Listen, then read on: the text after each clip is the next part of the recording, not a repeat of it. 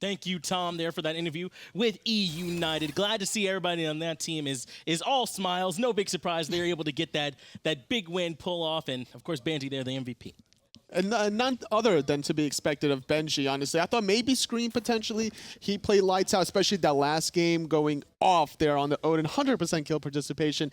Not really too much of a common theme, but solo lane getting the MVP, a special place in my heart. It was definitely just a collective effort from E United, since every single one of their members was dealing so much damage, just put way too much pressure on Bera to really try and make anything happen off of the lone on her damage. Well, we got our winner for the North American side of things here today, but we actually still got a whole nother set to go through. We're taking a look at the Europe side over here on the finals, but we actually do have a promo that we're running here. We want to tell y'all just a little bit about that one here too. Thanks goes out to Sennheiser for that promo that they're giving out. But hey, I mean, we got the brackets here too. We can talk about those as well here. Totally. Obey going up against Team Rival here. You know, Rival had an easier journey here. They 3-0 Team Dignitas. Rival, you know, beat against or lost to Obey Alliance here. Sure. Oh, I'm sorry. Obey Alliance, they're 3-2 against Elevate as Rival 3-0 Team Dignitas. An easier journey for Rival. But I think moving forward here, this should be an interesting one. Yeah, I think this is going to be an interesting matchup we're going to see between the two of them. But don't worry, I really do have a promo for you. I wouldn't lie to you there, Twitch chat. I'm going to be able to make sure I come through. Sennheiser giveaway. You can actually win the headset, digital loot pack, and 800 gems. And you also still get that promo code hi-rez where you can get a 10% discount too. So that's just the kind of guy that I am, Twitch chat, doing that for you. Also, we do have some of those past skins that we're making available there for you too, like the Cogsilla, the Energy Chrono, as well as Epsilon, making those available to you. Some old school swag out there for your taking. And honestly, we might see some new school swag depending on who wins this new world. Could be Elevate, could be United. There's a lot of newer teams here that can easily strike at it. I know there's a lot of people that certainly want to prevent NRG from making that three-peat happen, but NRG, they're just as hungry as ever. That's going to be a pretty difficult task to overcome. But of course, so everybody in this arena that has qualified for Worlds, ecstatic that NRG made it as well, because I think we all feel the same. It wouldn't be the same without NRG at a LAN. That's right. If you end up with that World Championship, you kind of want to go through the current champs to get it, just to feel like you earned it. But let's go ahead and talk a little bit more here about Obey going up against Rival. You mentioned it already a little bit here, Toli. Rival had a 3-0 set. It didn't seem to slow E United down, that they had an easier path. Do you think Rival will be able to do the same? I think that Rival should have an easier time against Obey Alliance because they're these Lanimals, honestly, and they've had the better end of Obey Alliance in the past of Season 4. They faced against Obey Alliance in the Summer Valencia semifinals, taking it to 4 games, beating them 3-1 there. And then in the Spring Gauntlet, when Rival switched from Cyclone GG to the newer banner, they were just rolling over everybody. They 2-1'd Elevate, they 2-1'd Enix, and they even 2-1'd Energy. And that's something that not too many people were able to do in a LAN environment. I have to agree with that almost entirely. Rival is one of those teams where you prefer to keep them from entering the LAN environment because once they make it there, they're just going to turn into absolute Lanimals, and that seems to be the story so far. I mean, they handled Dignitas pretty well, and I don't feel as though we really got to see what we could have, but whichever way you choose to look at it, Rival are a team that just prefer the in-person environment. They love being able to shout at their opposition. They love trying to get inside of your head, and they also just love switching it up on you. Whenever they come into the drafting stage, they're not looking to keep it the same, no matter how many games they play. Alpha Jackal was able to bring so many different strategies to this squad, and the amount of changes that they brought from Season 3 to Season 4 here is clearly showing they're a team that's worth respecting now, just being able to perform such at a high level. No, there's no one on this Rival squad that you can consider someone that's easy to go through. A lot of strong players on here. Some of the ones that, you know, that we know we can always expect to have some really high-level play. I mean, Wlfy there in that mid lane can be a real beast for him. Callus in the support role as well. I mean, this Rival squad, it's stacked with players that, like you said, when they get to this LAN environment, man, they're ready to show up. iceicebaby's always playing aggressive, and then Deathwalker, who knows what he's going to play between Geb, Outwash, Ares, just like, get me out. Just get me out. I mean, the Outwash has probably been my favorite one so far. Even if that wasn't a win, just the fact that he did it, it means so much. But it's really, this team is clockwork. The second that the game starts, you just don't know which direction, who they're going to focus out. I mean, of course, you always see the standard emphasis placed onto solo lane, but for a Rival, iceice just loves going all over the map. Deathwalker loves just holding his own. It's the team fight breakdowns that a Rival just keeps you guessing at. Sometimes when I see Deathwalker on the screen, I never know if he's actually standing still on purpose or if that was a freeze frame picture over there. Well, that's Deathwalker for you. He's locked in and he's focused. But you know who else is focused? Their direct opponent here, Obey Alliance. I don't know if y'all noticed, but throughout the day, they've been kind of locked away in one of our conference rooms back there. They have just been working hard, prepping here for this set, especially because they got a new member there, Xaliea. They got to make sure that they've got that solo lane going with the rest of them, too, as they head in against Rival. Honestly, it doesn't matter who's the solo lane of Obey Alliance. You look at Maniac, you look at a variety before him, and now it's going to be Xaliea just coming from the coffin back into life, and Obey has resurrected him into a beautiful position now. This is his first land in a long time, and he's made some nice adjustments. And Xaliea as well, in their set against Elevate on Thursday, had an absolutely incredible performance. I think that he was able to establish a presence, not necessarily a dominance in the solo lane, but the fact that he was such a strong member when it came to those counter invades or just the invades against his team. Xaliea just always seemed to be in the right place at the right time, and that's incredibly important when you're facing off against talent like Deathwalker. And we've seen a focus here on those solo lanes, that solo jungle side of the map. Is that something that's just a North American thing, that focus on the solo jungle? Or Taco, is that something that we're going to see from these EU teams here too?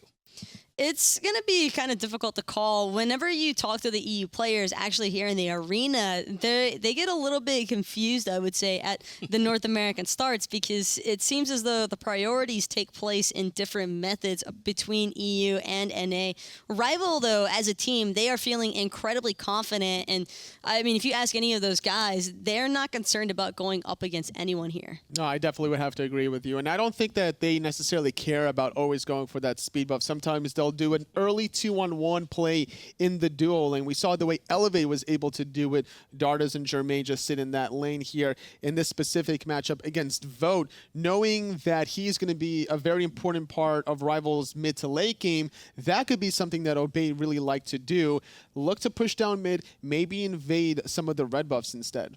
And after what happened there with Obey, going up against Elevate 3-2, I know that they're not going to be likely to take this set lightly at all. They already have gone up against and beaten a world's caliber team here in Elevate who managed to qualify through those group stages. So we know that everyone on that team is here to play. Is there anyone between this Obey roster in particular that you're looking at to see how they're going to come through in this set? I think it's going to be EmilZy versus Callus, this support versus support matchup, because Fafnir is going to be a highly contested pick. Sylvanus is going to be another one, and that's going to be the dictation of the picks and bans. I'm actually really looking at PrettyPriMe and Wlfy here in particular, because PrettyPriMe and Wlfy to me have two very distinct play styles in that PrettyPriMe will usually go for the mages that are going to actually be able to solo you. He wants those solo kills and to be as aggressive as possible, and knowing that he has Twig as well to back him up. But for Wlfy, it's usually the opposite way around. He's usually the one looking to help set up his jungler. And talking about CaptainTwig, I mean, one of the best players. I mean, all that God-given talent. I mean, we know just how good CaptainTwig can play here on this team. He's going to be another big impact for him. We've seen these junglers have so much impact on these games. They're all over the map. I mean, sometimes in that last set, depending on how the jungler played, I felt like that's how the rest of the game goes. Do you know where we might see between iceice and CaptainTwig where they want to put that focus? I think that CaptainTwig is more focused about the counter engages. That's how he kind of built his style, I think, in the midpoint of Season 3 when he went from Hungry for More and then made that huge impact. And this is going to be his 4th Worlds appearance after finding this 3-2 victory over Elevate, now trying to battle for this very important seeding to avoid placement stages. CaptainTwig has some very undisputed plot armor, it seems, and I don't think that it's possible for him to not qualify for a LAN. But, of course, Twig, he's so strong in what he does, and that's just figuring out the picks that are maybe a little bit more outside of the meta, the builds that are a little bit more outside of the meta, and it's that individual thinking. But behind every thought process is a pretty solid team, and I think that there's a couple of members on Obey that tend to also feel and think the same way. Oh, yeah. And when you talk about people with a mind for the game, I mean, you got to talk about Ataraxia for him over there in that hunter role for Obey. I mean, that dude is not only just mechanically well played, but he's also doing different things, different builds, different gods. I mean, tell him a little bit about what Ataraxia does with this Obey team here, totally. He just brings a lot of theory crafting to the table. He was the pioneer for Jingwei before everyone thought Jingwei was no way possible to be played in the competitive environment. But this man right here on your screen, second place in first season Worlds, second place in the third season Worlds, will have a third time to try to win it all here in the fourth. Well, let's go ahead and take a look here. We actually sat down with Ataraxia and hear some of his thoughts. Our current iteration of Obey is the most confident I've felt. Back in Spring Splint, we felt very confident. Summer Split, less so, and then we didn't do well as a result, I'd say. But now with Xaliea, I feel probably the most confident. Going into Worlds in Season 3, we also felt very confident. We had a fantastic understanding of the meta as an energy buff, and I think that showed is how we both got to the finals. My peak confidence in Smite was after Game 4 in the finals. And I was so sure that we were going to win it at that point. I was like, yeah, we've got this. And then we didn't, so. My expectations for Super Regionals is that we're going to win, and it's been quite scary for me. I always get really anxious before we play and before lands in general, but I see that as a good thing because it's how much I care, you know, it reminds you why you're doing it, and as awful as it is at the time to go through those emotions, it makes it worth it. But this one has been a particularly more anxious one for me because it's the first time where I feel like we should win. On paper, no disrespect to Elevate, but we should have the easiest bracket to get to Worlds, and that's made it harder to really process it because at least when it's an even matchup by everyone else's expectations, I don't know, you just don't get so ahead of yourself, but now that everyone thinks we're going to win, it's a lot harder to deal with. My team's play style is to win without me, I would say. They just let me die. I don't know why. Most of the team fights, it's we won, I died. Usually because I'm too aggressive and I dash in, and I'm the initiator on the team, you know, I shot call, I'm the carry, and I also initiate fights by jumping in and dashing in because all our front line are scared, so. I always look for the 1v1s and the outplay potential. I never really just chill, and that's something I've been working on, you know, is really just sitting back, spending some time with my tower, getting to know it.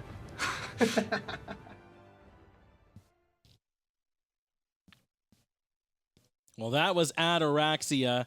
Hunter there for Obey Alliance. Right now, the #1 team in EU, but looking to say a little bit about it, his rival.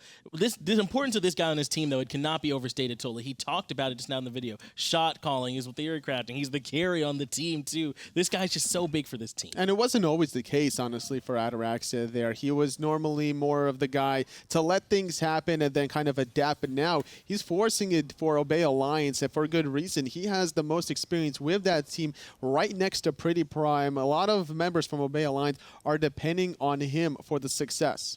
And again, it's going to be a really crucial for Obey to be super careful and thoughtful about their drafting process because that's probably what these games are going to be purely about. It's not necessarily who's going to be outplaying the other as much as it is who's going to be outdrafting the other. Anytime you're bringing in two teams, especially one like Rival that loves just looking for something the enemy isn't going to be expecting, that can make things pretty difficult to try and fight out against. Season 3 versus Season 4, jumping in the KDA charts, just kind of getting way more confidence under his belt. Every single land that he's been to, you could just tell a slight improvement further and further with Nate. And you talked about it, Taco, how important that drafting phase is between these two teams. Now, something's going to be difficult for Obey Alliance going up against Rival. I mean, Alpha Jackal, we've seen him all week just going around studying those picks and bans, those drafting phases. I mean, it feels like the kid doesn't do anything else. What kind of stuff were you thinking from Rival? You think they might try and go, you know, off the wall or try and go meta with it, or what are we expecting? Rival, or Alpha Jackal in particular, has already talked about a couple of the spice picks that are going to be coming out from Rival potentially. Those aren't for for me to spoil, I'll let that happen in the draft instead. But when you think about members like Alpha Jackal and what they provide to the team, he's kind of like the EU Quintosh in a way, because Luminosity heavily values their coach Quintosh and all of the thought process that he puts into their drafting. That's kind of the same story here for Alpha Jackal, and very similar to Hazer as well. Sure. Hazer is just another one of those guys where I think that Hazer is much better at seeing a draft and then like metabolizing it and then spitting out what he thinks is going to be best against it. But Alpha Jackal is more of like the, let's try doing this instead. Battle of the coaches is Hazer. You used to coach these guys back in Season 3 for Cyclone GG. The traitor right in front of your screen there, all smiles as he's in the finals. But yes, it's not just Obey Alliance versus Team Rival. It's also that sixth-man position that's helped both of these teams make a mark in the European scene. Yeah, that kind of position, that kind of help from outside the game, really, it cannot be overstated what they're able to provide for them, what they're able to do, because they're the ones standing behind or those picks and fans' faces when things get a little bit intense, when things are a little bit tough, saying where they want that focus to be or what they should try and consider here. But we're getting ready here. Obey Alliance going up against Team Rival. I mean, Obey, they're the top card there, but EU do not seem scared about it here so far. Do you think Obey Alliance is going to be able to take it out and take Rival here in a long set or maybe like in a short? It's going to be very important what happens in the early game, because it seems that Rival have been getting the better end of Obey Alliance recently, sure, at least in the later stages. And I think if Obey wants to win this one, they need momentum, they need it fast. That would probably have to be the same story that I'm imagining as well, because Rival are most likely going to try and hit you hard from the get-go. That's kind of been the storyline for their matches that they played against Dignitas. They looked for the early game drafting, and they just wanted to slam their faces into the keyboards to establish that early game pressure, and it worked out pretty well. And you talked a little bit about some of the possible pocket picks Rival might have available to them. Unfortunately for Obey, I mean, they weren't really forced or anything from Dignitas earlier. Rival able to win that set a little comfortably for them, it seemed. So, I mean, there might be a lot of things left underneath the table that Obey haven't even had a chance to see. That's true. Rival keeping their pockets very loose there. The strategies are still deep inside there. So they didn't reveal too much against Dignitas. They played their game. They really abused Zeros there in the mid lane as well. Odin coming out as well for iceicebaby every now and then. It's just something that both of these teams could do, honestly, in the jungle. So Odin could be highly contested. But yet again, still, when I look at these two teams, I look at still the support role. I think EmilZy and Callus share a similar god pool, and they share a very similar play style of wanting to engage.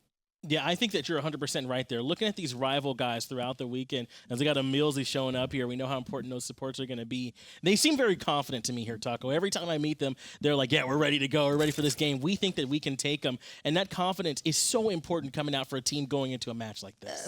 Especially for these members like EmilZy, who haven't really had the chance up until now to play at the higher levels of competition. I mean, originally starting out in what I believe was London Conspiracy, and now working his way up into a team that's now trying to fight it out for a first seed at Worlds. The Season 2 days of London Conspiracy when he was laning with Shaggy Shank back then, and truly now making a name for himself with Obey Alliance. And this is just really remarkable for me because he's still a kid. I think he's like 17 years old here. Yeah, I mean, that's kind of how he got the big name out there, is the guy that really thinks about the game, sort of just like Ataraxia, this guy that's always, figuring out new things. So you get this name out there, he ends up on a team like Obey where they can get a lot done. But if anyone could try and slow him down, look at this man here on the screen, Callus from Rival. They do not want to let them through. And you talked about how important that first seed is, how much they want it. We saw on those charts earlier, you can end up having to play an extra game against a team you're not too familiar with. And getting that important buy of placement stages, advancing automatically to the round of 8. This is what the battle is between these two teams already. United was able to do it over Luminosity. And this could be important in terms of who avoids energy at Worlds. Sure.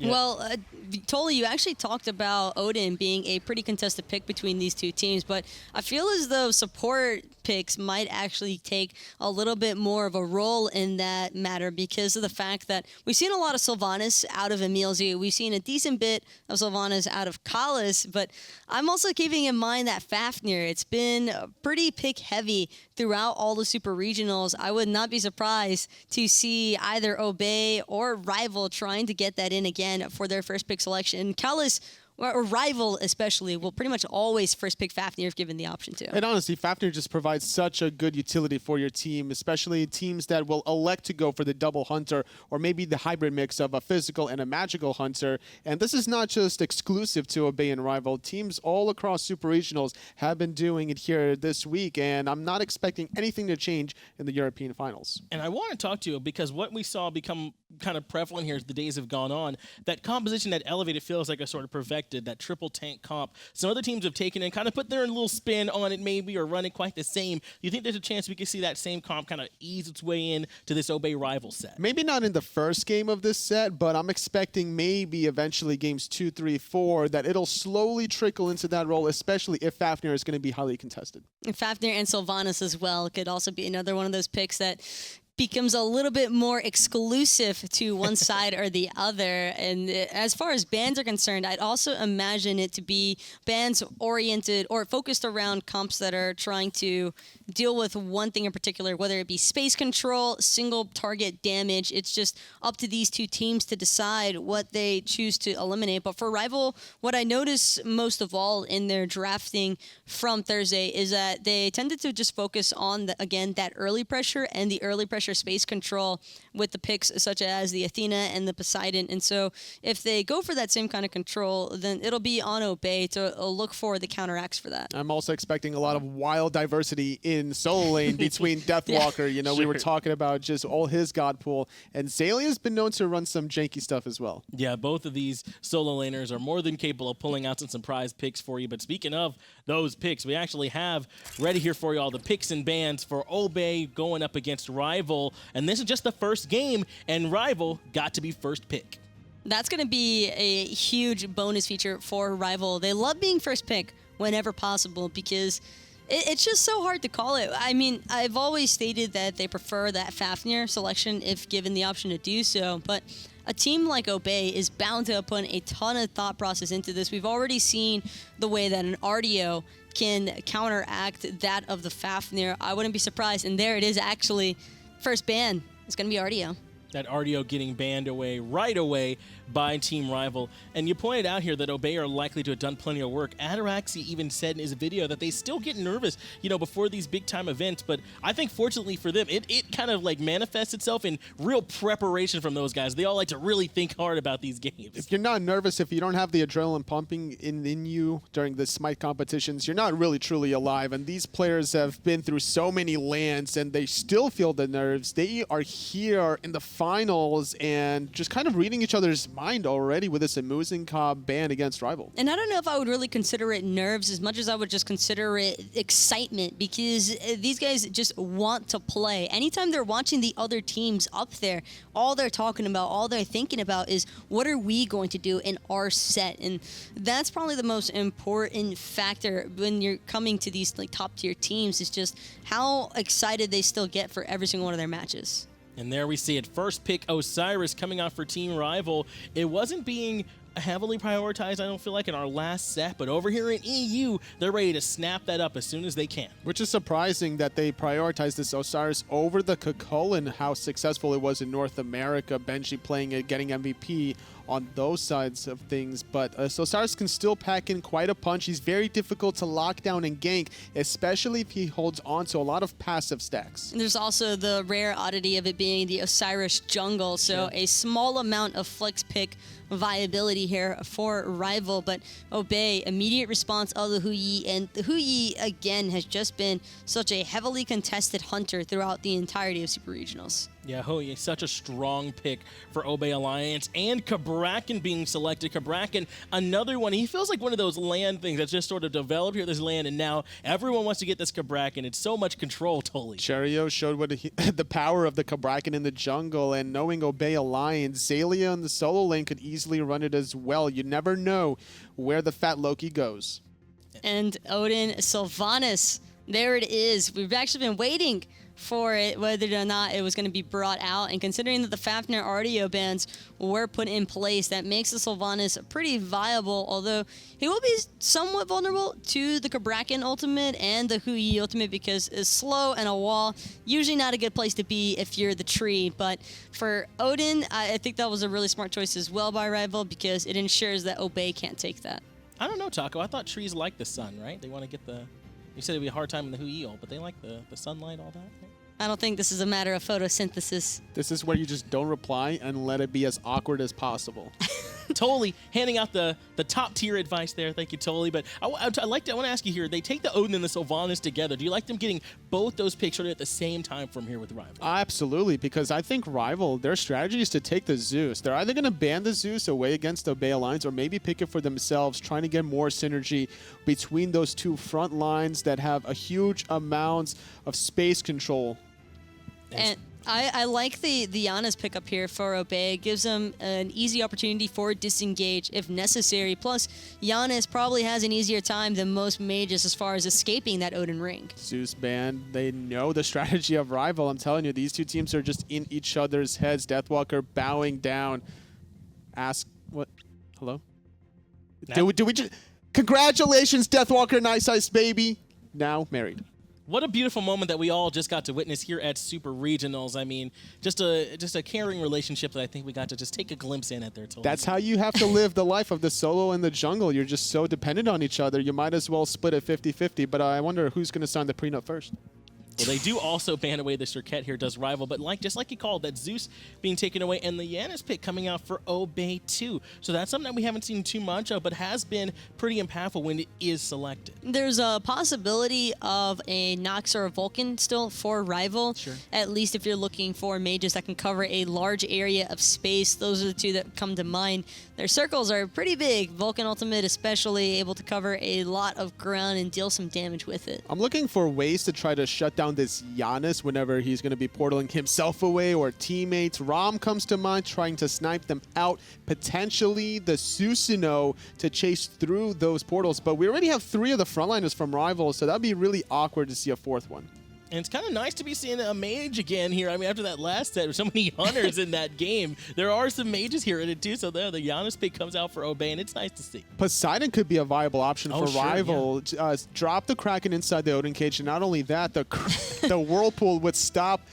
Would apply the cripple to prevent anyone from taking those Janus portals. Obey already got to see the work that Poseidon did for Wlfy one time, and one time is enough. Obey are not trying to risk that one getting through, at least not when the Odin is in play, because I agree with you entirely. It'd be perfect against the Janus, be great against the Hui-Eel. Only concern really is the Cabrakan, but half a wall is not the same as an entire ring. Especially a wall that can be broken down after a few in-hands. So against the Cabrakan, you might not necessarily always want to go the Phantom, but against an Odin, you're almost forced into it. And this is just a strong pick ban phase from both these teams so far. I mean, Rival taking Osiris and Odin, 2 picks that can do well against Sylvanus. So now we're going to see where their thought process is coming from here towards the end. They got 1 more ban left, and there's still a lot that Obey need to get depending on where they want to put this Cabrakan. I think it would be a Nemesis ban. If you're going to ban the Circuit, you have such a tanky frontline like this that's already revealed. You're going to take away the other tank killer. But the risk factor involved with banning the Circuit is that, or not the Circuit, excuse me, with banning that away is that you still leave open the option of the Ratatoskr. Sure. And with the Twig's Ratatoskr especially, I would not be surprised to see Obey maybe opt for that. The only concern then being not as much follow-up potential with the Janus. I like the Kukulkan ban, though, simply because this Cabrakan could be flexed. Kukulkan is a great engager with that blink and knock-up. Ganesha will be the option for Obey's EmilZy. You know, EmilZy going to be able to pilot this Ganesh, have those Dharmic Pillars available, and some control. You like this Ganesh pick here, Taco? I really like the Ganesh, but it might limit a little bit of what Rival could possibly be looking for as far as the hunters are concerned. We have seen some Hachiman gameplay, but Rom's still on the table. I think that would be a strong pickup, especially since their hunter is Vote, and Vote loves Rom. And Rom is someone that can be very strong for Team Rival. We saw Rom be played very well earlier on throughout this week. The snipes being strong, the late game steroid from it is very powerful. But wow, we're seeing the Isis pick. So, I mean, if you want to major the big circle, Isis does that. I love Isis because of the silence out factor for the Janus if they're trying to launch the portal for a quick escape, as well as that Spirit Ball stun.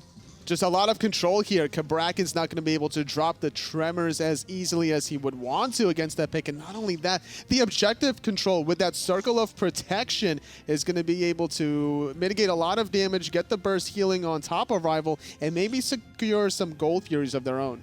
And I think you hit the nail on the head there, totally. When you said control, this rival comp is kind of scary with the amount that they bring. Following that up with the Hachiman over in the Hunter role, likely going to be vote play on that one. And they got plenty of damage to go along with that control.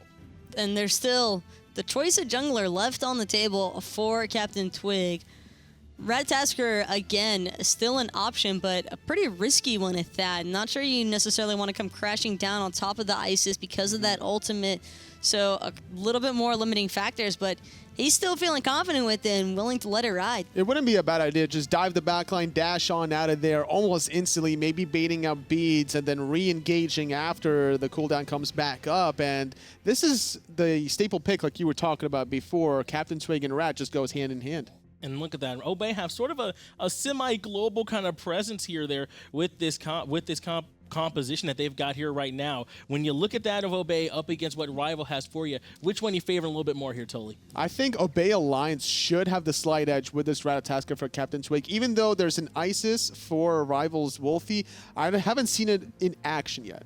I think that Rival just have so much early game damage and pressure that they're probably just going to look for the early snowball lead. Well, Taco, I don't know if you've been wrong yet. Do we even need to play the game? I was wrong on the last game. Yeah, The very last I was actually right. 4 out of 5. Well, then we do need to play it then. Let's get it over to the casters and see what's going to happen with this one.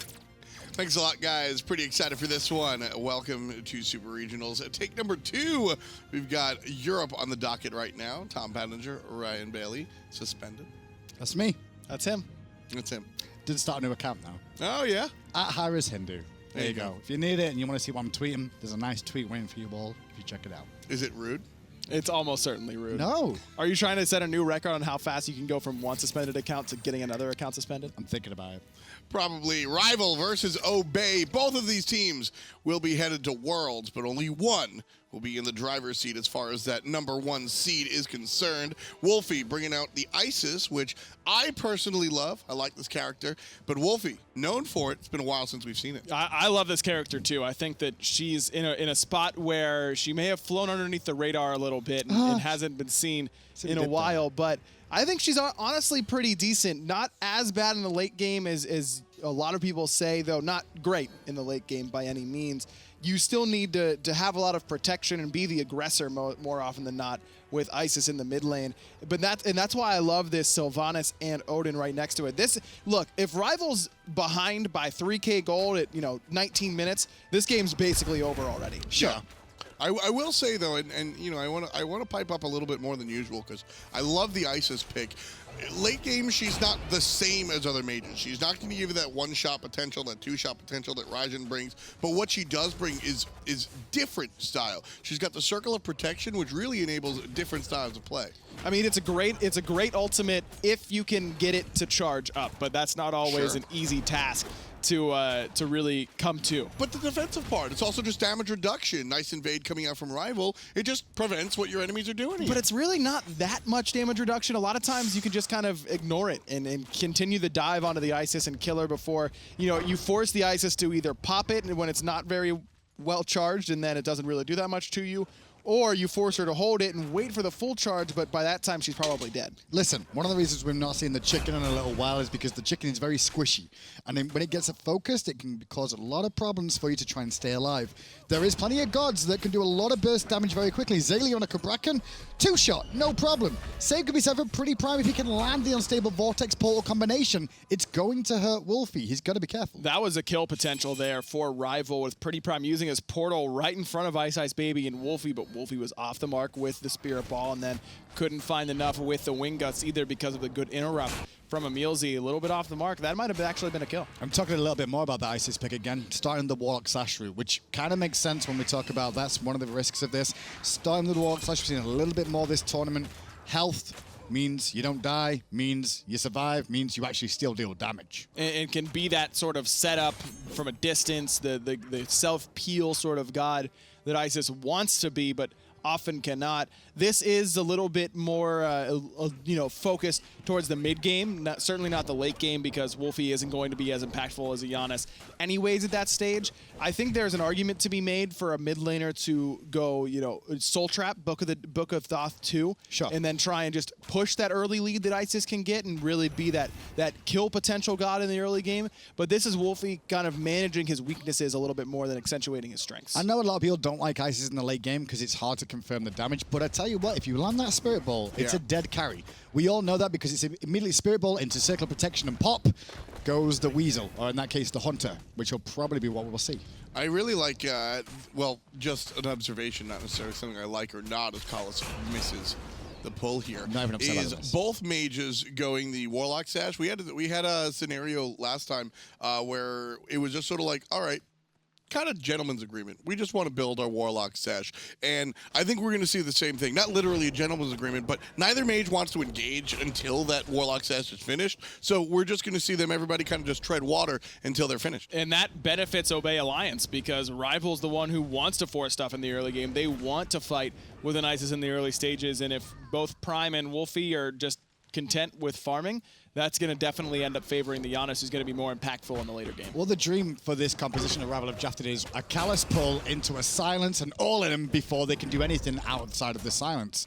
That's what they'll be looking to play around every single time. And even if they do escape after the silence is off, the Spirit Ball will be chasing them for sure to make sure they continue with the CC. Secondary red buff invade coming out from Team Rival, and a very safe one at that. Obey is going to get stopped in their tracks by a nice root coming out from Collis. Last hit does go to vote, so he'll be able to pick up that red buff. Success for Team Rival.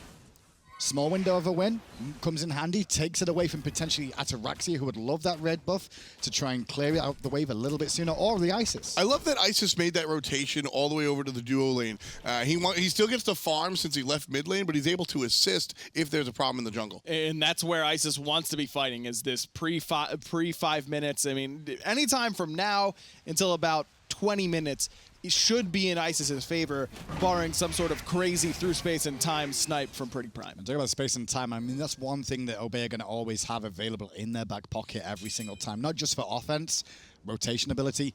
It does technically have one-shot potential if you can get to that late game stages, destroy a carry before they can even answer back.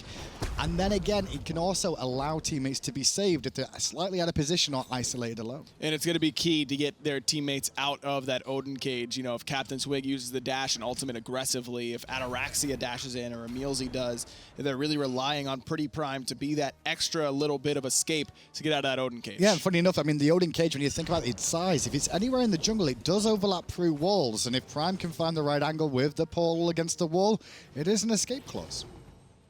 Red buff taken by Rival themselves this time. They've commanded both red buffs for pretty much the entirety of the game. So nice jungle control coming out from Team Rival, something that they've been very adept at really thus far. This probably will be a classic EU game of fights around the Gold Fury, around the Pole Demon, farm continuously until then, unless somebody gets out of position. It won't be someone going over aggressive realistically, unless someone's out of position. Like, surprise, Rival are the ones looking for a pick there, as I was just saying the exact opposite of that. Well, Collis has been looking for these picks time and time again. And that's fine. As Ryan has said, you know, you've got an Isis, an Odin, and an Osiris. You want to fight at level 1, level 2, level 3. So Rival are looking for it. They're just coming up empty. And I'm not even upset. Like, Callis just throwing the pull out time and time again. If once one connects, yeah, different story. Exactly. And this sort of team composition for Rival reminds me very heavily of the draft that they went with game 1 against Dignitas on Thursday, where that was a very slow-paced game. First blood was, what, 17, 18 minutes in, and then they end the game 6 minutes later, but they were just controlling Dignitas throughout. But this team composition with the Isis in the mid lane doesn't feel like that type of comp to me anymore. And Rival need to be a little bit more aggressive with it. Remember, Ice played the Odin without having a lot of good targets to cage, just like in this game, and played it very well and just in a controlling manner. But this time, Rival is not off to as good of a start with the invades. Obey has a much better composition of defending their buffs and getting pressure than Dignitas did. And now Obey just has to kind of hold on for another 15 minutes, 20 minutes, and they're golden. And Obey's on the counterpunch. That's what this comp screams to me already. They're going to look to potentially counterpunch when the engage kicks off from Rival. Sit back, let Rival potentially control the early game. If nothing comes of it, that's still fine. But they will just counterpunch. The moment anyone goes aggressive, you'll see a big rotation out from the whole team. Rival give up the left side of the map for the first time all game. Wasn't even grouped up, weren't even thinking about it. So they let Obey get their red buff. Any reason why they would relinquish that? Well, now the fact is that CaptainTwig's got his Acorn finished off. He has the ultimate available. Prime's got the ultimate and is starting to stack up that Warlock Sash. So it's a little bit riskier to try and be aggressive because you've got multiple global ultimates that can cut off your escape routes. Yeah, that's a big deal. Ratatoskr obviously Here we go. going to be a part of whatever happens with PrettyPriMe going to the left-hand side. Portal's not going to reach it. Vote gets on the horse, looking for the exit. No slowdown as he CC immune, but the Rat in the Sky finds the knockup. EmilZy finds the stun, and Ataraxia finds the kill. First blood for Obey Alliance. It's like watching the speed. It's like tortoise versus the hare there. You saw the hare go off, and the turtles were just like, well, I guess we're going to take the left-hand harpies because we can't get there in time. He's already dead. I think Vote played that really well overall, to be fair. He did get a bit lucky with Ataraxia missing the knock-up after he leapt into the sky, but still clean up crew, and that's exactly what Obey are going to do, is try and counterpunch. And now Vote knows that he's not allowed to be at enemy purple buff ever again in this game unless it's out of laning phase and everyone's dead on Obey, because that is just too aggressive to be up there. And you know, Vote's a guy who's had that tag on him for a long time during his career as being too aggressive at times in the lane, and you look at his land stats, and it's actually the exact opposite. He's got the lowest deaths per game of anybody except for Adapting, and they're tied, I believe, 2.33 before coming into this lane, which is exceptionally low, but they're just caught out. I tell you what, I would have liked to see iceicebaby go for the Talari we saw at a Scream just because of the situation of having to answer back, but that's a great pull. And a great knockup as well. The ultimate going to be strong. PrettyPriMe, however, finds an exit stage right. iceicebaby still alive, halfway there. Ataraxia locked in the cage along with EmilZy and even CaptainTwig. And Prime should have been dead. Rival just didn't want to jump in. Well, Prime should have been dead, but then again, the Odin versus the wall scenario comes into a place. He was too close to a wall with the ring, means that he can just portal through and live to fight another day. Plus, that's just a little bit of misorder there for Wlfy on the abilities. You've got to know that your Sylvanus is going to ult off that pool. So what the first thing that he should be doing is laying down Circle of Protection, starting to charge it up with that damage from the Wrath of Terra. You know Prime's gonna beads as soon as he lands from that. So you're just using your Wing Gust and Spirit Ball as damage charge on that Circle of Protection, try and blow up Prime before you can get to that wall. And the Spirit Ball could almost be safer when he goes through that portal. If he's still alive, you could kind of channel where he's going to go for, try and call one of the options. Small mistake. It's not doom and gloom, though. Rival actually did find their first pull with Callus there, and it did almost become fortuitous. Not a bad play. Not a bad play at all. Still just one death on the scorecard, so not too big of a deal. I think that could have gone a lot worse. So Kill went to Ataraxia though, which we didn't really mention just yet. But that first blow, you know, he was a little bit behind in net worth of that against Vote in this lane because of the pressure he had on early. But that's just answered it back now, and that'll be fine. And that's what you want it for Obey, because Ataraxia is going to be the guy who has the best opportunity to take an early game fight in any of these lanes. I mean, against Isis, you're not trying to fight. Against Osiris, you're not trying to fight. Against the Hachiman, who is considered one of the better early game hunters, talking to some of the professional ADCs around the building. Explain why? It would just the lane clear is solid early on. He's got excellent poke with that Heavenly Banner. It's a very large, hard to miss in that lane, so you can clear the wave and poke out the enemy hunter at the same time. Plus, you have one-shot potential with that kit if you're able to dash aggressively. So many consider him a more early game-oriented hunter, but that's still the area where Obey has the best option to try and take the fight. nice little steal there. I think PrettyPriMe able to get the last hit on the left side. Harpies just continuing off what his team has been able to do here. Team Rival actually before the first blood was up by about 500 gold, which is pretty cute, just from that control of the red side and really looking for the individual farm, but Obey snatches that away with the prize. Well, I do like how many wards Rival have in inventory, but hold that, EmilZy could be out of position. They're going to look for Prime first of all. He'll escape straight away. I'd like them to look towards EmilZy there. They'll know Prime's going to go on, take him on a run around if he can, so he manages to do that. Obviously, Ganesha was a potential free target there, a little bit more so. CaptainTwig escapes the pull with the non-juke. Stand still. Yeah, he just runs in a straight line. Callus tries to predict, but I mean, he doesn't go anywhere. So I like the free pressure on mid lane, though. Spirit Ball onto Twig. There's no follow-up from Callus, though. Believe his pull was just on cooldown for a few more seconds. Yeah, should have been coming up very, very shortly. No CDR, of course, for the support in the early game. You know, I really like what Team Rival have been doing here. The left side tower, halfway down. The mid side tower, halfway down. Deathwalker might be all the way down as he gets ganked up by CaptainTwig, but iceicebaby going to follow him as well. Ring dropped, Twig to the sky. Just out in time. He should have been dead there, but timed it well is the best key, and Ratatoskr says it best. Missed me again. Yep. A little bit off the mark with that bird bomb, but this opens the door for Rival to just grab this tier 1 tower or try and kill Xaliea. That extra movement speed getting him out of that tether stun, very important. Yeah, didn't even have to use the sprint either. Funny enough, I mean, if Deathwalker would have used that curse that he's got there, that could have been a potential kill because he would have stayed in range for a second. Honestly, I think that using Lord of the Afterlife there to set up Xaliea for that for the bird bomb could have been the play. Just that it's that constant threat of through space and time coming through and ruining your plans. Portal Demon started up here by Team Rival. Obey going to start to siege this one up. Callus off the mark with a pull, but the presence of Obey is good enough to pull them off for now. And the knockup pushes CaptainTwig off, and everybody else going to push Team Rival off here as well. So no Portal Demon. Rival going to rethink that one.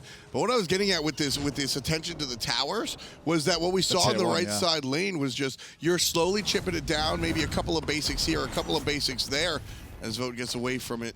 But then when you're able to fully commit, the tower goes down just that much easier, as we saw on the right side. There's also the fact of this Isis, too, that we've not really mentioned yet, is one thing that she always brought and is always good at is objective fights. Siege. Being able to put it underneath the Gold Fury, underneath the Fire Giant, same with the Portal Demon, and you just have that detonation of like, hey, you can jump into contest, but you may die because I may have it fully charged where it's going to one-shot potentially. Even the tower siege. Exactly. You can use Circle of Protection is a very versatile ultimate. You can use it as a defensive sort of don't come in here. You can use it as a this is where we are going to go and try and fight. You can use it on objectives. You could use it underneath the towers to try and make your siege a little bit safer. The problem is you only can use it for one of those things at a time, so you have to try and wait for the right moment, but can't be too hesitant. A late Circle of Protection is almost always a worthless one. Now, there might be a bit of a change in strategy. Now, Rival should start to get a little bit more aggressive. This Odin has just picked up Blink. iceicebaby hits level 12, which means he's got a bit more aggression available to him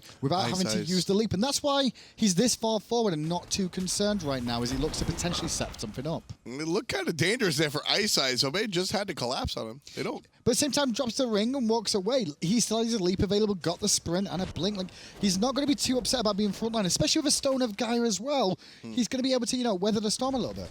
I do like what we just got pointed out. The Stone of Binding on the Isis. Very interesting item. And again, sort of pointing to the fact that Isis not a traditional mage. No, this is a hybrid item here for Wlfy that gives him a little bit of magical protection, a little bit of physical protection, tiny bit of power, only 20. But whenever he hits a CC on anyone, everyone around him gets an extra 10 penetration. It's just I don't know. I understand the thought process here. I just don't know if this is actually what is going to work out best for Wlfy in this game, because just getting your third item and having 20 power from it in an area where this is where Wlfy should be at his strongest with Spirit Ball and Wind Gust maxed out, it just doesn't really bode well with me. I'm not a big fan though, because of the fact that I'm a bigger fan of it because of the fact that he's going to have an Osiris and Odin on the front line. Giving them 10 pen is huge when they're going full tank. Gold Fury already down to half as Team Rival has had control of it. There's the Isis and the classic pop, pop.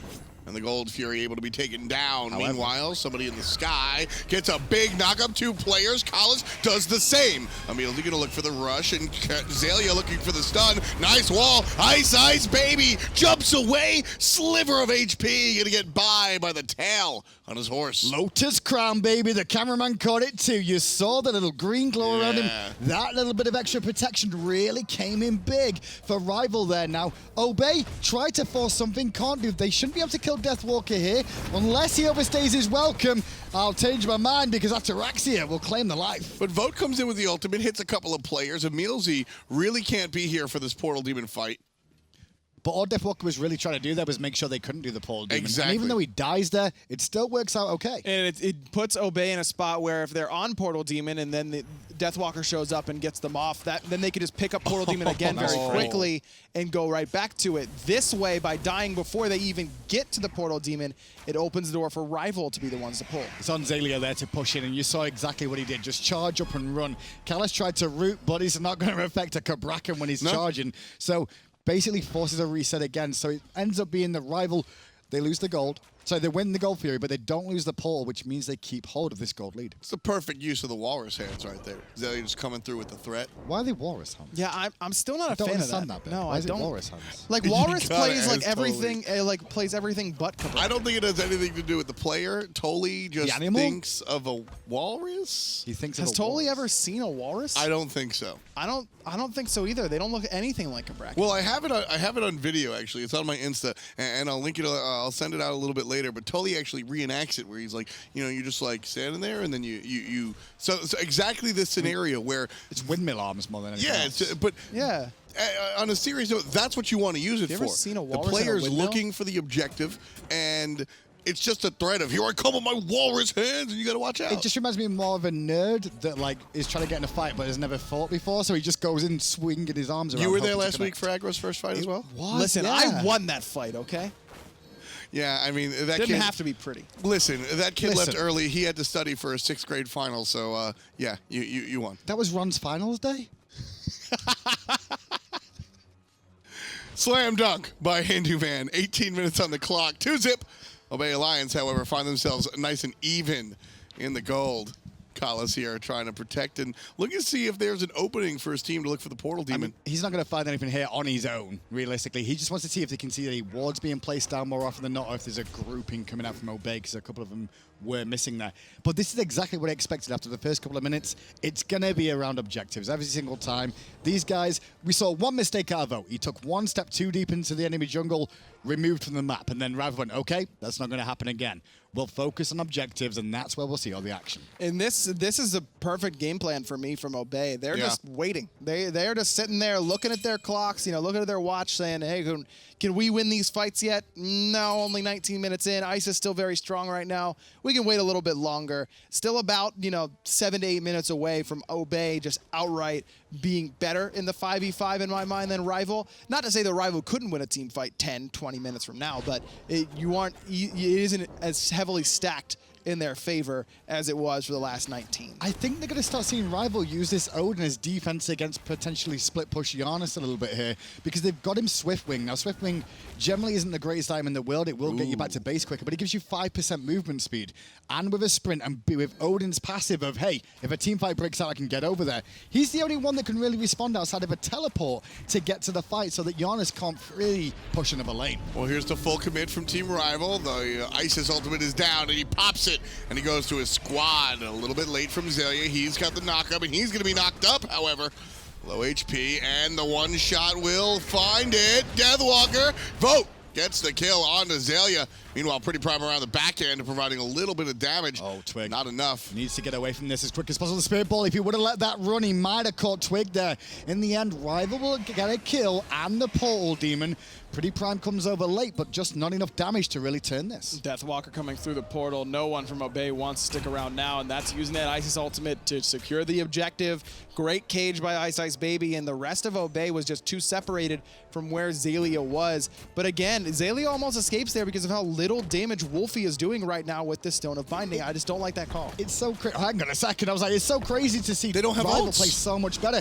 Well, they've got a zone off right now. No front line in Xaliea. And then if EmilZy goes down, that's the front line completely gone. Nowhere to go. He just dashed right into the opposition. Ataraxia going to be chased out. PrettyPriMe provides a portal, but they're chasing. The pull's going to miss. Deathwalker still looking at CaptainTwig. iceicebaby looking at CaptainTwig. Wlfy looking at CaptainTwig. And finds the long-range Spirit Ball. Can't finish the deal, though.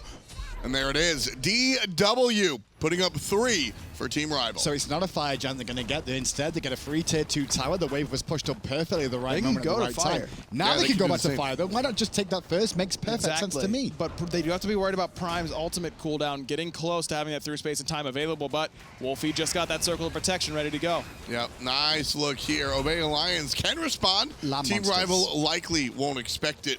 And Obey doesn't look like they're interested anyway. Vote NBK, Kalas, Wlfy, iceicebaby, and Deathwalker. Team Rival picking up the Fire Giant, 21:30 on the clock. Listen, we've said Land Monsters a few times, right, in our history, but Rival really are a definition of one of those teams. Online, they're slightly off their game, but you put them together in the same scenario at a LAN, and they just everything seems to click all of a sudden every single time. The last team we really had that were really the land monsters, because we've seen individuals that we call. Sure. Really was that SK Fnatic squad. Yeah, that was right? old. And I will say, and I will say this, that was the closest thing we had to like a true landmaster team. This team rival, this takes the cake. This is the definition of a squad that's really going to bring it. And the biggest key about that as well, what you're saying is we have individual players that go off at LAN. Like Cherio, prime example, you know, when you think about that. But there's not been a whole team that's really done it since the SK days. That was the old Reels, Maniac, CaptainTwig, and Zero squad. Yep. Surprisingly, one of those players, you know, is in this game, but it's not on that team. I will say that I think that Season 3 Eager fit that bill as well. They had a couple bad online splits and always showed up and played very well on LAN. I mean, but then there was Worlds. Well, they still made it to the top 4 at Worlds. I don't mind their in a performance. 5-game set against the second place team Obey. I mean, it's not like tell Tom, man. That's like Tom was like, I like them. I'm like, I knew he was gonna say All they had to do was ban Zeus and Fenrir. That's all they had to do. You found my trigger found it. now. Team rival triggered on the left-hand side. EmilZy getting out a good silence, but a stun on top of him. The pull's even better. He's got to run out of there, but Xaliea going to be stuck. There's Kalas getting stuck one more time. So many things that keeping people in their place, but Vote sends CaptainTwig back to his own place. Big key of this engagement is Kalas's defensive work on this Sylvanus. No, he hasn't had the greatest pulls in the history of the world, but what he has done is peeled damn well on the backline for his 2 carries. That cursed Ankh actually almost came up big for CaptainTwig in the jungle. That shut down the healing for Rival for a moment and actually forced them to use Circle of Protection as just a heal for themselves, but that still works out just fine because it enables them to keep going with this push. One more pull. Ataraxia helpfully uses his relics to save his own life. Xaliea, however, not so lucky. There's another one for Vote. Ataraxia answers back, taking down DW. And now without their frontline Osiris, the retreat coming from Team Rival. Nice jump by Ataraxia. And the key there is Rival is slowing away using the Wisps, and Obey. But there's teams that will get caught by that too, of like, chase him, chasing the low. Well, that is when they'll turn back on their head again, so they had to play it slow there, Obey. They may have to still surrender this Phoenix. Well, EmilZy's going to get silenced, EmilZy's going to get stunned, and a couple of pieces of damage sent his way, but a couple of members of Obey Alliance filtering out of the base. Phoenix taken out. Team Rival want to leave. EmilZy lucky that Wlfy decided to just zone everybody else away with that wing gust and actually put damage onto him. Instead of just going for the silence, they could have potentially found the kill. I love that little play from Prime there. It's so small, he puts the portal down, doesn't walk through it. However, now the collapse is on. And PrettyPriMe won't be able to get out because of his portal. Gonna try to find the wall, but Wlfy helps him find the fountain. And now Kalas in trouble on the front line, though, looking to zone away. Twig getting very low, but Ataraxia even lower. Xalia's back in the fight here. This isn't doom and gloom. As long as Twig lives, Wlfy's the only one really in this fight with damage for Rival. Meanwhile, CaptainTwig on the right side, got to keep an eye on him. He's low, but certainly can impact. He's gonna look for the red buff. There's still an Odin with the blink. But the shield pop a little bit too late. And the dash just up in time for Twig as well. He was calculating that nicely just in time. This hasn't been action-packed, though. This has really just been systematic abuse of the system from Rival more than anything else. And that's exactly how their game 1 against Dignitas went as well. There wasn't a lot of big plays or anything like that. It was just consistent beatdown of the opposition. Wlfy actually had a chance to save Vote there. The Circle of Protection was off. If he throws that on top of where Vote is, gives him some damage reduction, pops it for the heal right afterwards, that could have been a big turnaround for Rival. Just put it on only himself instead. And while I support mid laners trying to peel for themselves and keep themselves alive, I suppose there's room for other people on the Circle of Protection. Well, 25 in here. We've got about 12 kills. Team Rival own 7 of them. 8,000 gold in the lead as well. All momentum is on the side of the Purple Boys here. They've gotten the Fire Giant. They've gotten a couple of Gold Furies. And they have had control of the entirety of the jungle for what seems like forever. We're following along with Wlfy again with this Fire Giant about to spawn. And those silences, I mean, we always forget how good a silence can be. You know it for Nox and you know it for Ganesh, but the reason silence is so strong is there's a lot of gods. Guardians are very ability-based. A lot of assassins, very ability-based. You silence them out in place, you're not going to do much. And to be fair, Isis's silence isn't just a silence. No, it strips away protections as well, making it that much easier to do damage. Another reason why the Stone of Binding is an option for Wlfy is because of Dispel Magic. taking a little bit of those protections off, meaning that the less damage, even though he has less damage with the items, he can still do some. There's even more, right? Yeah, there's plenty more on top of that, but wait a second, Ataraxia could not want to deal with this. Big space and time from Prime just off the mark. The choice wasn't good enough. Vote will get a kill, but Vote could be in trouble because of Twig. Vote, Twig from the back end. I thought Vote was going to be fine dealing out those basics. He's full build, crunching people. But CaptainTwig finds a stun and sets up his teammate. Hey, that's good for Rival. I mean, they got a 2-for-1 kill, both the carries.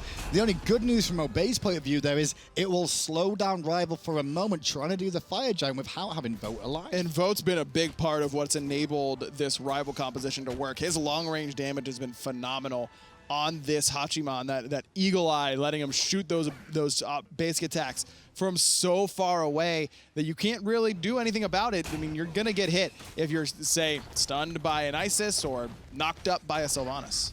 And here's the tier 2 tower just being taken out by Team Rival. Yeah, I mean, we see the Cabrakan showing whatever sleepers, but this is Wlfy. He does this all the freaking time. Although, on an Isis, bit of a different story because the Circle of Protection does grant healing, and Callus is granting healing too. Yeah. So warranted. One thing I'm going to say about this is Obey don't look great this game, but Obey have been 0-2 down before and come back to make it an even game. I'm not too surprised. It's very similar. This situation of Obey versus Rival is very reminiscent of LG versus United we saw earlier on. Yeah, don't be surprised if these teams start trading games back and forth because the adjustments that both these teams are capable of are really, really impressive. I mean, Obey is a team that can learn from the mistakes that they're making in a set very quickly. I mean, look at their set against Elevate, where Elevate comes with that Guardian, that triple Guardian, double Hunter composition that stumps just about everybody else, even after watching Obey lay out the blueprint on how to beat it. This is a really smart team that can definitely adjust to what Rival's putting out there. Prime has Ratatoskr here, so he might fire an ult if he knows it's going on, but I don't think they will. He's going to have to surrender this one. But that's a big note for the Janus and the Obey Alliance team. Ratatoskr online, his damage will increase, and that's where he starts to become a little bit more of a better threat for Obey. Yeah, I mean, at this point, he's going to be able to toss out one of those unstable vortexes, and if all the stars align, really take him out. I mean, half, more, I mean, really can impact a team fight as far as an individual is concerned. But Rival one more time with the Fire Giant, back to base, spend once again, and look at their little the spreadsheet down there. Everybody basically full build. Odin gonna sell them boots. He's gonna pick up a relic dagger. Interesting. A little bit less movement speed overall than having your boots, but with the blink and the sprint, I suppose that kind of covers the ground that he needs. The passive as well. Don't forget about that. Whenever any god dies anywhere, he's gonna get that extra movement speed. Anywhere. Yeah, that passive's nutty. Like, that's always the thing that's got me about that. But wait a second, I'm in base. I've just gone back to base, and the team fight is still going, but my passive is online because people are still dying in the fight, so I can get back there even quicker. Anywhere. That's what we said, anywhere. Wherever you are. Which means anywhere. What if it was like anyone on your friends list died? You got a movement speed buff. So they're like playing Clash. In other games? Yeah, they're like playing Clash while you're playing your Conquest game, and then you're like, dude, I'll tell you what, man.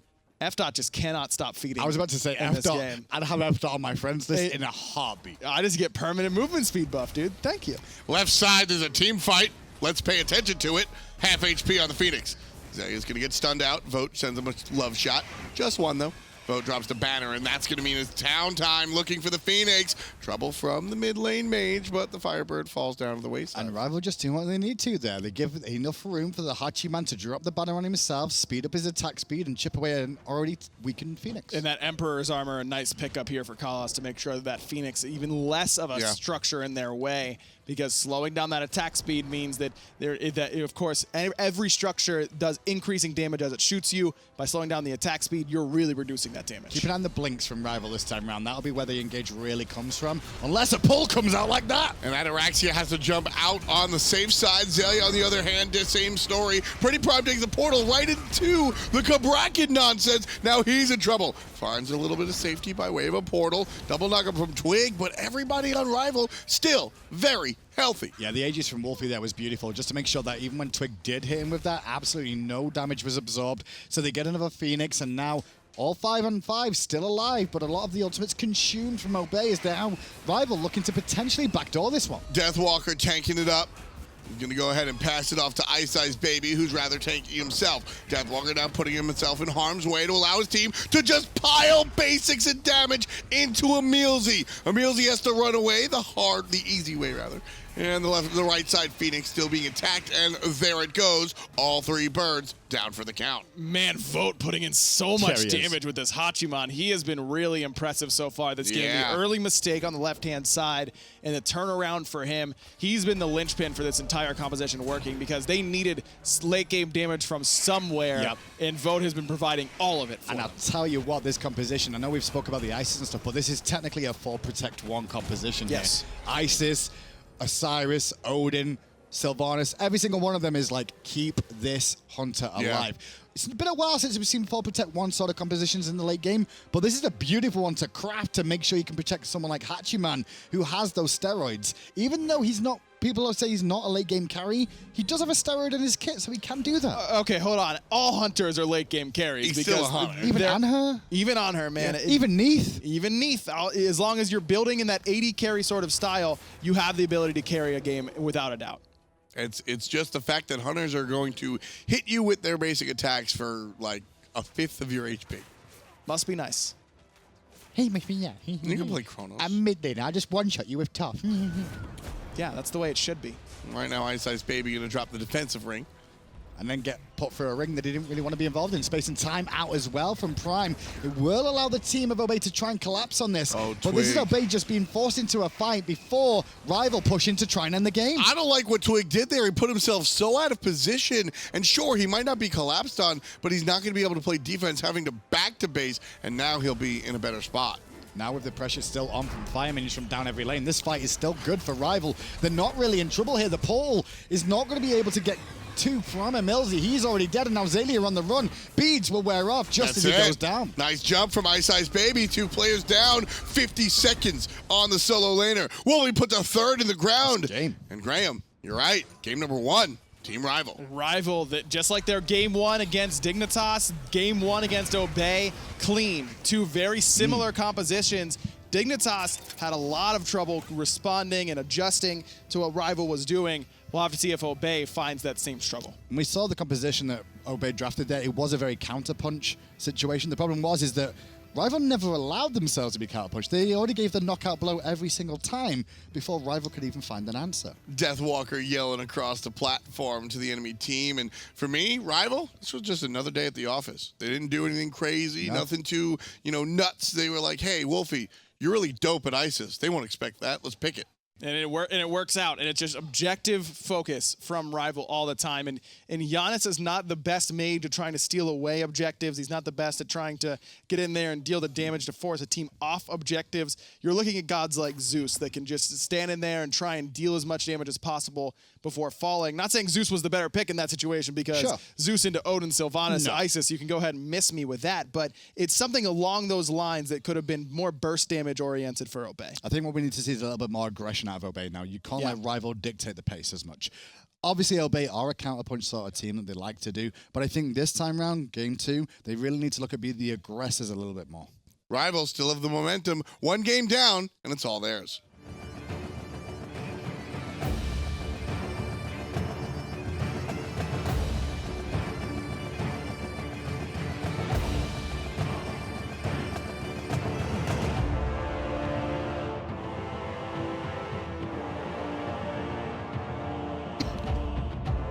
Welcome back to the desk after game 1 between Obey and Rival, going the way of Team Rival, and they actually looked pretty good doing it. What were your thoughts here on that game, Toli? I just like the fact that they were so confident in their own abilities to run this Isis in mid for Wlfy, and a more unorthodox build path as well, going for more utility with the Stone of Binding, even going for this Rod of Asclepius, really just augmenting more of their healing. Yeah, that Rod of Asclepius really reminding you just how much healing an Isis ultimate actually can be capable of. But on top of that, it was just such dominant fashion for Rival, and that's kind of just what their draft was looking for. The sole purpose of it just seemed to be everybody stay grouped, and then there's just no way for Obey to possibly try and contest those objectives like the Gold Furies, the Portal Demons, the Fire Giants. As soon as that Isis ultimate comes into play, and the fact that Obey kept trying to take up some of those earlier team fights, I think is ultimately what led to them falling here. By the 24-minute mark, they had 10,000 healing collectively, and on top of that, there was only one Pestilence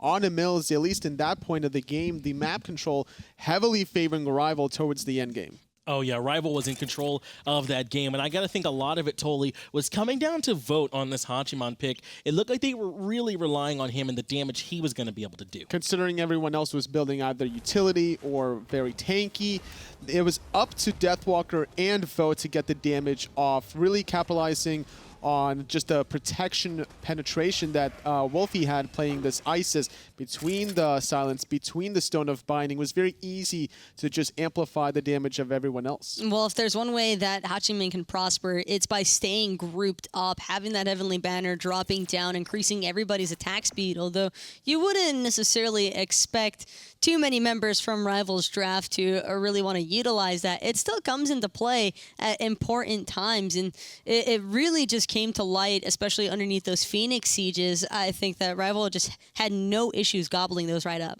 Yeah, their siege in particular was really strong. I think a big part of that was Kalis on this Sylvanus pick that they had. I mean, the sustain, like you talked about, they really built around it totally. Not only did they build around the Sylvanus sustain, the Stone of Gaia's that was between Deathwalker, iceicebaby, double Gladiator shields. Not only did they have the sustain from Kalis, Wlfy's Isis, the internal item builds, and he was just all over the place helping set up this team. What's crazy about all of Rivals drafts is that they just rely pretty much entirely on the team staying composed, staying together, having that proper target focus. And the second that even one member drops, it just all starts to crumble. But for Rival, that seems to be the key. It's how do you get that comp to split up?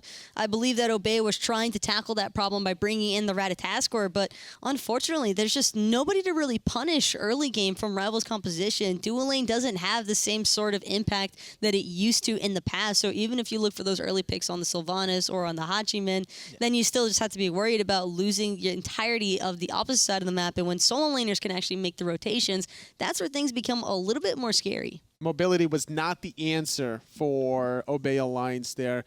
PrettyPriMe could have went for a little bit of a different option, trying to get more burst damage. But like, if you have the mobility, yeah, sure, you'll run away, reposition yourself. But the rest of Rival was just so resilient in terms of getting the health back, and they would just keep coming at them over and over again. Didn't matter how far they ran away. And you talked about how much they wanted to fight as a team there, Taco. I think you're right. In particular, remember Ice on this Odin was doing a good job isolating members of the team, setting them up for all the big circles that the rest of his team had. Frankly, I'm amazed that Ice was allowed to even touch this Odin in the first place. Obey know what they're going up against whenever Ice gets the Odin selection, and not to mention that it's a primary pick too for CaptainTwig. I feel I think that some of the comps that Obey will lean towards sometimes also rely pretty heavily on grouping everybody up from the enemy team, and one guy that's really going to accomplish that every time, it's Odin. These two